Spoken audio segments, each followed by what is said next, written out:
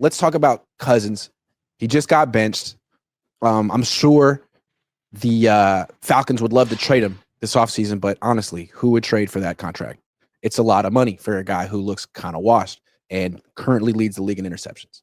So let's say the Falcons do what the Broncos did with Russell Wilson. They cut Russell Wilson this past offseason. It was a June 1 release, and they're paying for him now and next year.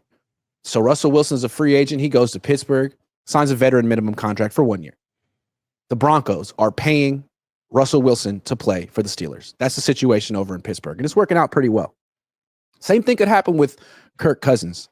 They want to move on. They could cut him with a post-June 1 designation, and the Niners could sign him for like $1 million. Bring him on as a backup or someone who's competing with Brock Purdy, who also is playing for about $1 million. They could have Brock and Kirk on the same team, making less than $3 million combined. Is that chaos, or is that brilliant, or somewhere in between? I think that's chaos.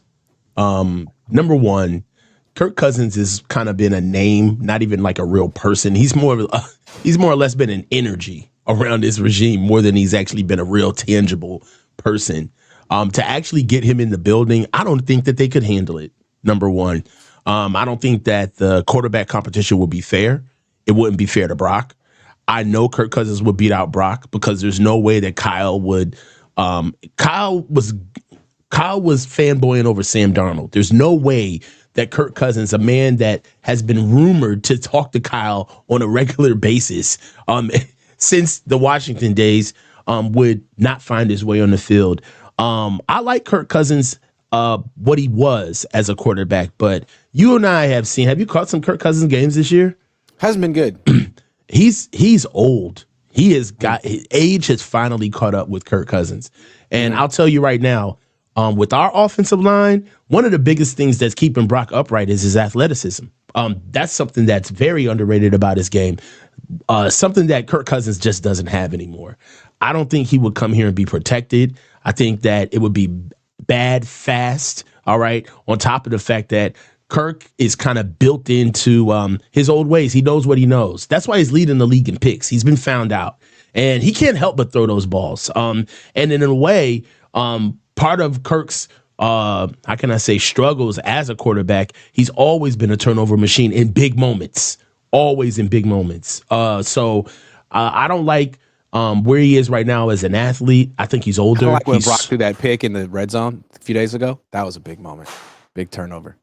Disgusting, right? Bad. I saw it was really face. bad. You were disgusted. Oh my God!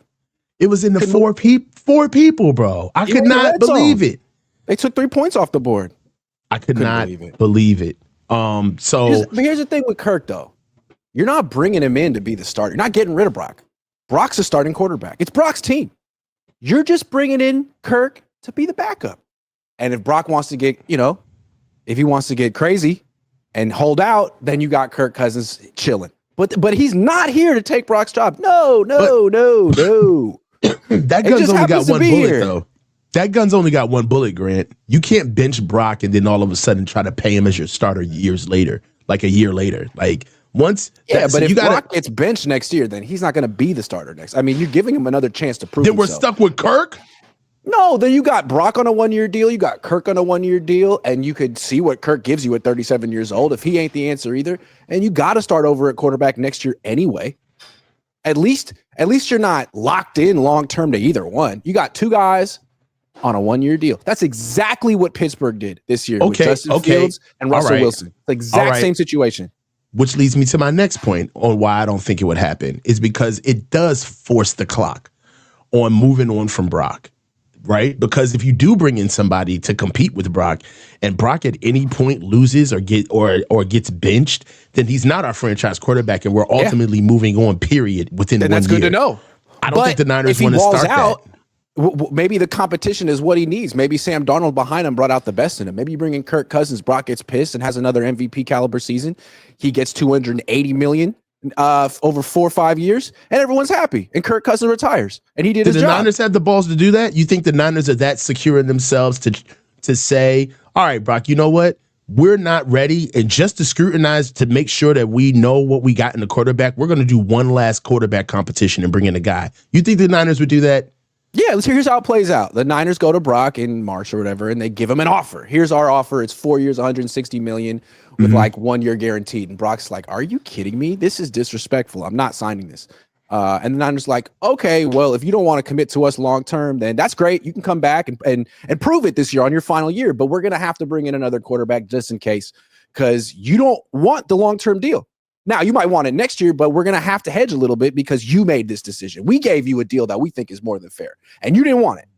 And if you wanted more money, you could have played better this year. You could have beat the Rams once, but you didn't. So you come back, bet on yourself. You're on a 1 year deal, but we got to bring in someone else on a 1 year deal too. He's not going to make more than you. You're the starter.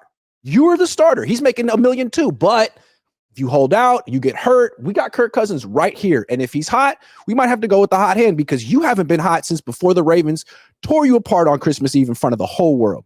Brock, sorry. That sounds nice. I don't think the Niners had it. I think that they're really attached to Brock for being the face of this organization. And they're, in a way, have you ever felt like they're waiting for the excuse to pay him? Like, please. I thought they were last enough year for us to pay you. Yeah, but he didn't do good enough. That's the problem. They were crossing their fingers, hoping for it. All right, and but then he put up a 45 quarterback rating against the Rams in the one game this year that really, really mattered.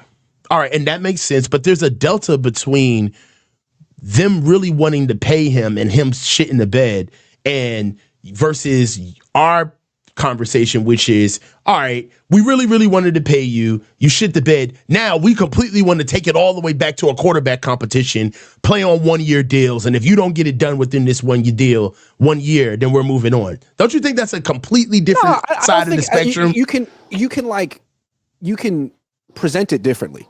Hey man, we offered you an extension. You didn't want it. Okay. So we want to improve the quarterback room that has nothing to do with you. Our backups this year weren't good enough. Brandon Allen's gone. Josh Dobbs gone. We could go get someone who's 27 and really make you insecure, but we're going to get Kirk. Okay. Kirk's here to be a backup. He's not taking your job. He's got a relationship with Kyle Shanahan. He knows the system. There's no learning curve. This is just a precaution to improve the quarterback room and to bring the best out of you, Brock.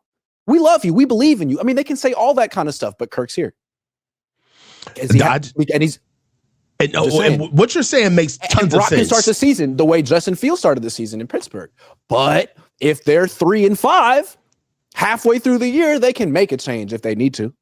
The way I see it, not saying Kirk's a savior. Sorry, go ahead. And I agree. The way I see it is that the Niner way is that they go all the way down to the bitter end to the last year that Brock needs to get negotiated with. They lowball him. They go fight back and forth, and then they pretty much let Brock walk. They probably franchise him, and then they go ultimately and draft a quarterback. Maybe. Or maybe they sign a quarterback next year, but they're never preemptive about this stuff. They never do steps ahead. What you're saying makes them conscientious. It makes them self-aware. You know what I'm saying? Like, your side of this is like they're ripping the Band-Aid off. They're being shrewd. None of these characteristics have been shown from the organization. True. You and I both know that they're going to cave and give Brock every penny he wants. But we both agree that the best move is to let him play out his contract and come back and not give him the extension.